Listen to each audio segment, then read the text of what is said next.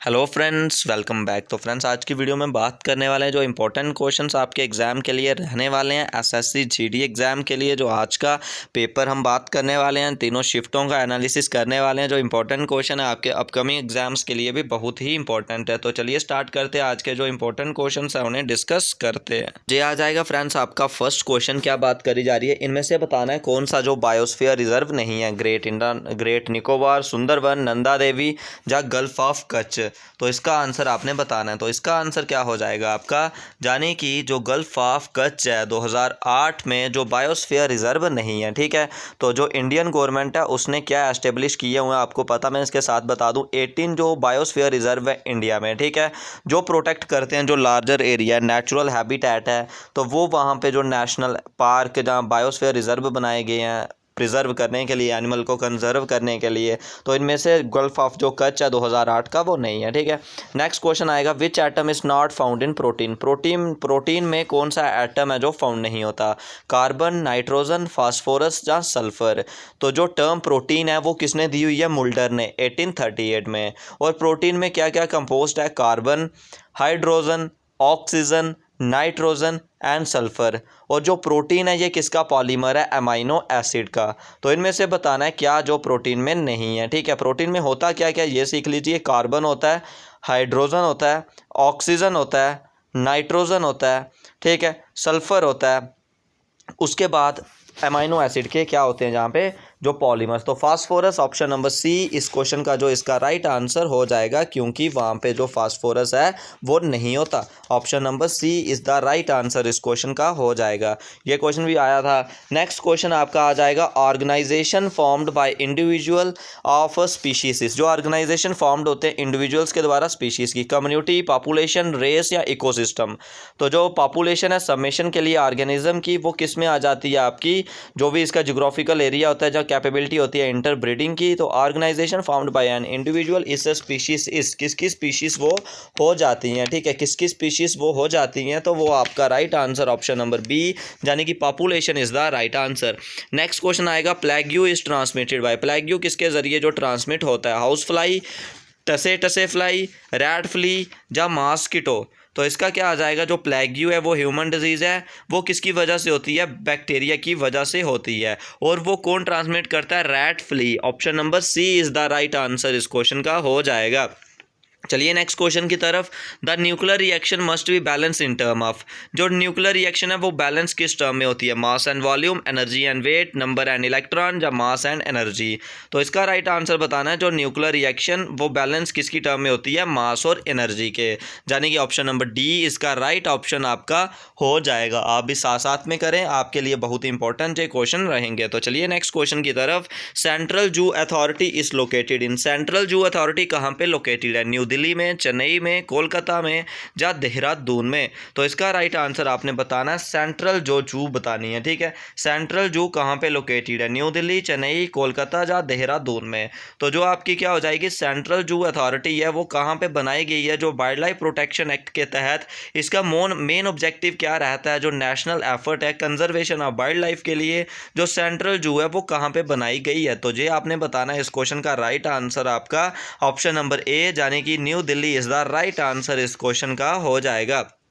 चलिए next question की तरफ, जो नेक्स्ट क्वेश्चन आएगा, first permanent research station establish by India in south polar region Antarctica is. First permanent आपने research station बताना है जो एस्टेब्लिश हुआ है कहाँ पे, इंडिया साउथ पोलर रीजन में, एंटार्क्टिका में। मैत्री, दक्षिण गंगोत्री, भारती या हिमाद्री। तो इसका राइट आंसर बताना है आपने, वो क्या हो जाएगा, जो दक्षिण गंगोत्री है, यानी कि ऑप्शन नंबर बी इस क्वेश्चन का राइट आंसर आपका हो जाएगा। First mathematical calculator was design by. First mathematical calculator किसने डिज़ाइन किया, नेपियर, लाइबनिट्स या फिशर या पिनगेल। तो फर्स्ट मैथमेटिकल कैलकुलेटर आपने बताना है। First mathematical calculator was design by the, क्या हो जाएगा इसका right answer, Napier. Option number A is the right answer इस क्वेश्चन का हो जाएगा। ठीक है, ये भी क्वेश्चन इंपॉर्टेंट है। Next question, chairperson of UPA बताना, यानी कि नेशनल एडवाइजरी काउंसिल के कौन है, जयंती नटराजन, सोनिया गांधी, प्रियंका गांधी या मोंते के एस आहलूवालिया। तो जो क्या हो जाएगा आपका, वो आपने बताना है नेशनल एडवाइजर काउंसिल जो यूपीए, यानी कि क्या हो जाएगा यूनाइटेड प्रोग्रेसिव अलायंस है जो यूपीए, यूनाइटेड प्रोग्रेसिव अलायंस, इसके कौन हो जाएंगे, जो गवर्नमेंट ने अपॉइंट किए थे, इसके जो chairman Sonia Gandhi. Option number B इसका राइट आंसर हो जाएगा। नेक्स्ट क्वेश्चन आएगा, Malabar coast in India is towards. Malabar of India जो कोस्ट है वो किसके वर्ड्स है, पोर्ट ब्लेयर, ईस्ट घाट, वेस्टर्न घाट या इंदिरा पॉइंट की तरफ। तो वो जो मालबार कोस्ट है इंडिया का वो किसकी तरफ है, जो वेस्टर्न घाट जो लाई करता है बिटवीन मैंगलोर एंड किसके बीच, बिटवीन मैंगलोर एंड किसके बीच हो जाएगा, जो कन्याकुमारी के बीच हो जाएगा। Next question, who was awarded the Indira Gandhi award for the national integration. Indira Gandhi award national integration के लिए किसको दिया जाता है, मतलब किसको अवार्ड किया, राजीव गांधी, अब्दुल गफार, श्याम बेंगाल या बिपिन हजारिका। तो इसका राइट आंसर क्या हो जाएगा, जो इंदिरा गांधी अवार्ड है फॉर द नेशनल इंटीग्रेशन के लिए वो 1985 में जो डिस्टिंग्विश किया गया था। तो इसका राइट ऑप्शन क्या हो जाएगा इस क्वेश्चन का, जो आपका ऑप्शन नंबर ए यानी कि Rajiv Gandhi is the right answer. Next question, Pragya award is given to the author of book return in, यानी कि जो प्रज्ञा अवार्ड है किसके ऑथर को दिया जाता है, बंगाली, हिंदी, संस्कृत या मराठी। दो प्रज्ञा अवार्ड है वो ऑथर को दिया जाता है जो हिंदी या राजस्थानी ग्रंथ में लिखते हैं। ऑप्शन नंबर क्या हो जाएगा इसका, ए है जो वो राइट आंसर इसका हो जाएगा। तो ये क्वेश्चन हम बात कर चुके हैं, प्लेग इज ट्रांसमिटेड, ये क्वेश्चन बात कर दी। नेक्स्ट क्वेश्चन आएगा, chemical used in the photographic plate. Photographic plate में कौन सा केमिकल यूज करते हैं, barium chloride, silver bromide, silver nitrate या सिल्वर क्लोराइड। तो जो केमिकल यूज्ड होता है फोटोग्राफिक प्लेट में वो क्या हो जाएगा आपका, वो सिल्वर ब्रोमाइड, यानी कि option number B is the right answer इस क्वेश्चन का हो जाएगा, जो एक इनसॉल्युबल सॉल्ट है जो सेंसिटिविटी ऑफ लाइट के लिए यूज़ करते हैं। Next question, for taking the clinical photograph, यानी कि जो क्लिनिकल फोटोग्राफ होता है बोन्स का हम क्या यूज़ करते हैं, यूवी रे, एक्सरे, इंफ्रारे, कॉस्मिक रे।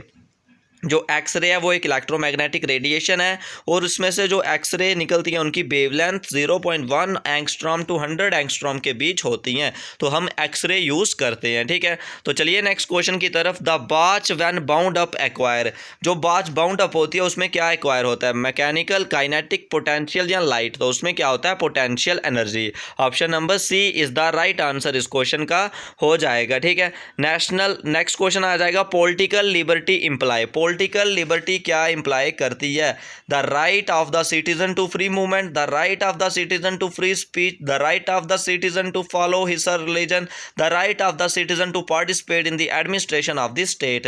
तो इसका राइट आंसर आपने बताना है, जो पॉलिटिकल लिबर्टी है वो क्या इंप्लाई करती है, right of the citizen to participate in the administration of the state. Option number D is the right answer इस क्वेश्चन का हो जाएगा। नेक्स्ट क्वेश्चन आएगा, privilege to some society in a society on the basis of the caste is infringement of economic justice, social justice या legal justice. इसका political justice आपने बताना है क्या राइट आंसर होगा। तो इस क्वेश्चन का राइट आंसर क्या हो जाएगा आपका, यानी कि जो सोशल जस्टिस। ठीक है, सोशल जस्टिस यानी कि absence of discrimination on the ground of caste, religion, colour, creed, sex और लैंग्वेज, जो एंश्योर करता है, यानी कि जो एबोलिशिंग किया गया टाइटल ऑफ ऑनर आर्टिकल 18 और अनटचेबिलिटी आर्टिकल 17। ठीक है, next question, who was the 23rd तीर्थंकर ऑफ जैनिज्म। जैनिज्म के 23rd तीर्थंकर आपने बताने हैं, ऋषभदेवा, परशुनाथा, नेमिनाथ या महावीरा। तो इसका राइट आंसर क्या हो जाएगा, जो 23rd तीर्थंकर है जैनिज्म के, तो वो क्या हो जाएंगे, सन ऑफ किंग जो वाराणसी के थे। ठीक है, तो इसका क्या राइट आंसर आपका हो जाएगा, इसका राइट आंसर इस क्वेश्चन का जो आपका क्या हो जाएगा, 23rd तीर्थंकर जो ऑप्शन नंबर बी प्रश्वन था, ऑप्शन नंबर बी इसका राइट आंसर आपका हो जाएगा। ठीक है, इस क्वेश्चन का राइट आंसर आपका जाने की जे हो जाएगा। ठीक है, next question, not a centre of learning India. ठीक है, not a centre of ancient India, Taxila, Nalanda, Kaushambi या विक्रमशिला। तो इसका राइट आंसर आपने बताना है। तो इस क्वेश्चन का राइट आंसर आपका क्या हो जाएगा, ऑप्शन नंबर सी यानी कि Kaushambi is the right answer, not a centre of learning in ancient India. ठीक है, नेक्स्ट क्वेश्चन आ जाएगा द फेमस बोरबॉर्न डायनेस्टी। जो बोरबॉर्न डायनेस्टी थी वो किस पे रूल करी हुई थी, इंग्लैंड, ऑस्ट्रिया, फ्रांस या पर्शिया।